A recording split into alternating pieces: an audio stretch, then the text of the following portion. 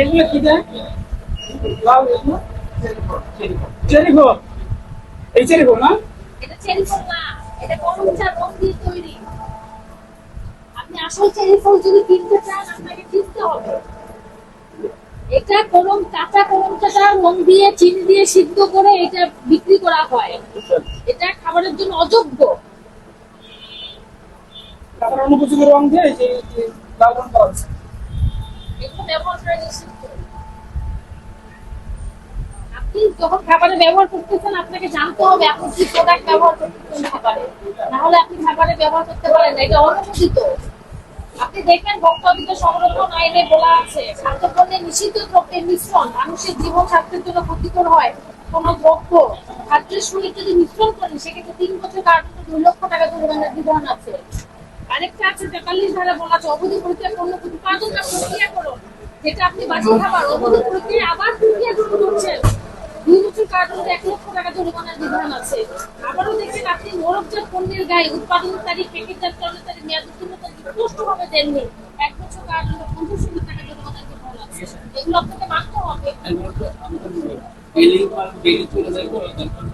ধরেন আপনার কাছ থেকে আমি নিয়ে গেলাম একটা পণ্য প্যাকেটজাত, আমি বাসায় নিয়ে গিয়ে কতদিন খাবো? আমি কি একদিনের রুটি শেষ করবো? নাও করতে পারি। না, আমার জানার অধিকার আছে ওই প্যাকেটের গায়ে মেয়াদ কতদিন আছে, আমি কতদিন দেখে খেতে পারবো, অধিকার আছে না? আপনি যদি না দেন আমি জানবো? মূল্য যদি না দেন আপনি বিভিন্ন দামে বিভিন্ন জায়গায় বিক্রি করবেন, এটা তো সঠিক হয় না। আপনাকে প্যাকেটের গায়ে উৎপাদনের তারিখ, উৎপাদন, ব্যবহার বিধি, সর্বোচ্চ বিক্রয় মূল্য, মেয়াদ উত্তীর্ণ তারিখ স্পষ্টভাবে থাকতে হবে, না থাকলে 1 বছর কারাদণ্ড 50,000 টাকা জরিমানা। এই প্রতিযোগিতা নিতে বলেন। আপনার যে রুটিগুলোতে কোনো মেয়াদ দেয়? আপনি ডেইলি ডেলিভারি দেন, ঠিক আছে, যে ভোক্তা সে তো ডেইলি পুরোটা নাও হতে পারে, একদিন দুদিন লাগতে পারে, কম লাগতে পারে। দেখছি কতদিন দেখবো বলেন। দোকানে নিয়ে গেল আপনার কাছে একটা হোলসেল একদম নিয়ে গেল না, আমি বাস বলে নিয়ে গেল না, আপনাকে মনে হয় কিন্তু কেউ নিয়ে গেল, নিয়ে গিয়ে দোকানে দেখা যাচ্ছে আপনার 10 দিন 8 দিন লাগলো, আপনি মেয়াদ না দিলে ভোক্তা জানতে কিভাবে তার মেয়াদ শেষ হয়েছে? যে উৎপাদন করে তাকে তো দিতে হবে, তাই না? আমি তো সাধারণত আমরা দোকানে দিই না। আপনি দেন না, আমি বাস্তবতা বলছি। আপনি মোড়কজাতকরণ আপনি যখন প্যাকেটিং করবেন তখন অবশ্যই আপনাকে মোড়কজাতকরণ বিধি দেখেন, পণ্যের মোড়ক যদি ব্যবহার না করেন আপনি মোড়কজাত করলে অবশ্যই এর মধ্যে 8টা তথ্য থাকতে হবে। দেখেন, ওজন, পরিমাণ, উপাদান, ব্যবহার বিধি, সর্বোচ্চ খুচরা বিক্রয় মূল্য, উৎপাদনের তারিখ, প্যাকেটজাতকরণের তারিখ, মেয়াদ উত্তীর্ণের তারিখ স্পষ্টভাবে থাকতে হবে। আর না হলে 1 বছরের কারাদণ্ড, 50,000 টাকা পর্যন্ত উপাদান বিধান আছে। এগুলো আইনের ধারা থেকে বললাম। এখন আপনি বাস্তবায়ন আচ্ছা, এই যে প্রদান করুন। কিছু দিতে পারেন তো ইয়া করে।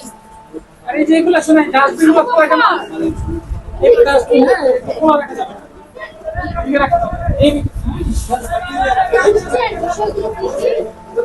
আপনি খাদ্যদ্রব্যে অনুমোদিত জিনিস ব্যবহার করবেন, অনুমোদিত ব্যবহার করবেন না, কারণ এই যে এগুলো কিন্তু রং, এগুলো ব্যবহার করবেন। আপনি যদি সত্যিকার অর্থে কি বলেন এটাকে চেরি চেরি ফ্রুট ব্যবহার করতে চান আপনাকে চিনতে হবে চেরি ফ্রুট কোনটা। আপনি সত্যিকার অর্থে চিনে তারপরে ব্যবহার করবেন, এটা রং।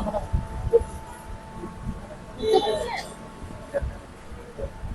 আপনাকে যদি ধারা হিসেবে দেখতে চাই এখানে 50,000 খাদ্যপণ্য নিষিদ্ধ দ্রব্য 2 লক্ষ এবং অবৈধ প্রক্রিয়ার পণ্য উৎপাদন প্রক্রিয়া করে 1 লক্ষ, আপনার 3.5 লক্ষ টাকা জরিমানার বিধান আছে। বুঝতে পারছেন?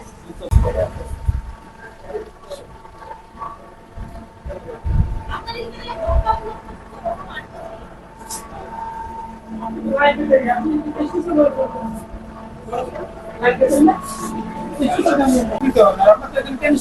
এটাতে সোডিয়াম মনোগ্লুটামেট, এটা সঠিক না খাবারে ব্যবহার করা।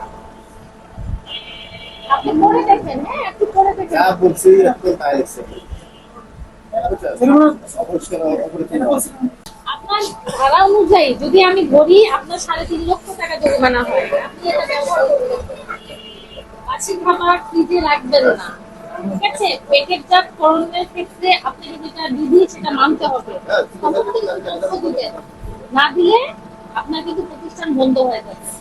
ঠিক আছে, আজকে আপনাকে আমরা সতর্কতামূলক আপনাকে 10,000 টাকা জরিমানা করছি। ঠিক আছে?